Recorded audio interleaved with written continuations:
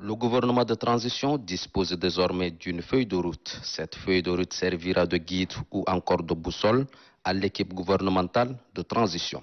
La présente feuille de route vise à assurer la continuité de l'État, la préservation des acquis de paix, de la stabilité, ainsi que la poursuite des projets et programmes de développement. Ceci permettra de créer des conditions idoines pour l'organisation des élections générales libres, transparente et crédible à la fin de la transition. Cette feuille de route du gouvernement de transition, dont la présentation a été faite par le ministre secrétaire général du gouvernement, Mohamed Hamid Koua, ressort les défis essentiels ainsi que les enjeux de la phase de transition selon 3 axes prioritaires. Le premier axe porte sur le renforcement de la sécurité et de défense. Le deuxième axe définit l'organisation du dialogue national inclusif ainsi que la consolidation de la paix et de l'unité nationale. Et le troisième axe est orienté sur le renforcement de la bonne gouvernance et l'état de droit. Mais pour traduire en acte toutes ces actions et relever le défi, il faut des moyens financiers, d'où l'apport des partenaires techniques et financiers du pays, dont le coût s'élève à plus de 996 milliards de francs CFA. La présentation de cette feuille de route a été aussi suivie par d'autres partenaires financiers par visioconférence qui montrent, comme ceux présents dans la salle, leur détermination et leur soutien au gouvernement de transition pour la conduite de cette feuille de route.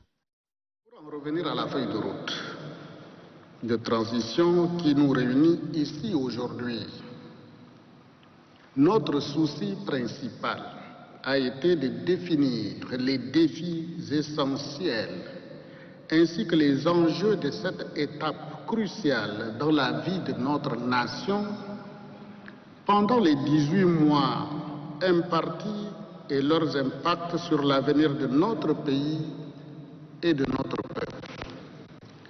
Durant cette période, il faut que les Tchadiennes et les Tchadiens de tous bords politiques, de toute confession religieuse, de toute appartenance ethnique ou régionale se sentent en paix et en sécurité, quelle que soit la ville, le village ou le hameau dans lequel ils vivent.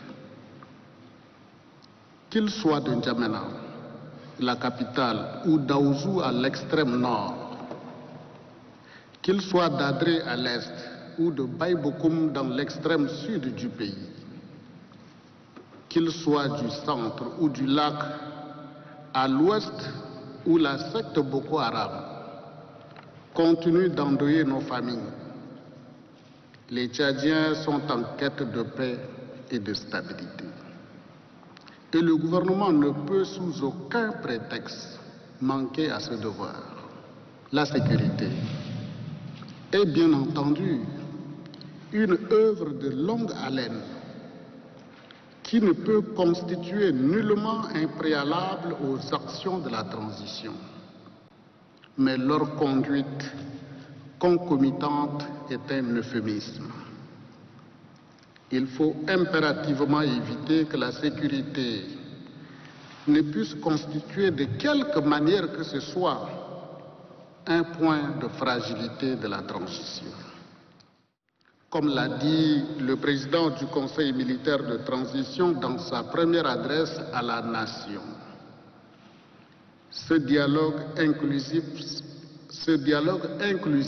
et je le cite, n'éludera aucun sujet d'intérêt national selon un calendrier précis que le gouvernement sera appelé à dévoiler. Fin de citation. Cette promesse sera tenue. Cet engagement autour de l'organisation d'un dialogue national inclusif qui constitue le second axe de la feuille de route est respecté.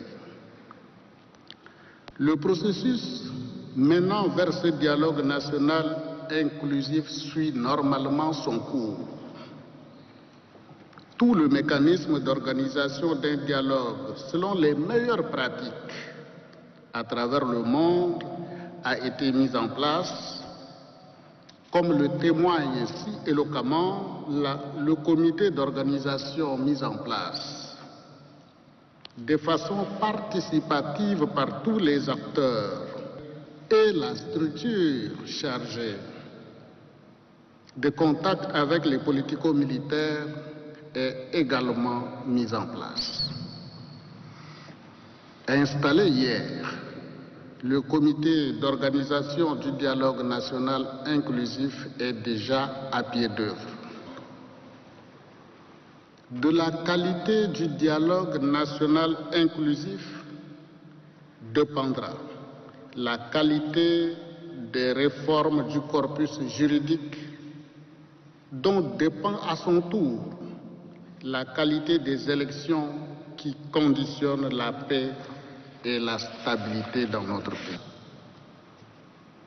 Il est donc de notoriété publique que les moyens de l'État ne suffisent pas et ne suffiront pas, et que par conséquent l'implication de nos partenaires au développement et des pays amis est plus qu'indispensable. Un dicton bien de chez nous dit que c'est au moment difficile que l'on connaît ses amis. Le peuple tchadien sait qu'il peut compter sur ses amis que vous êtes.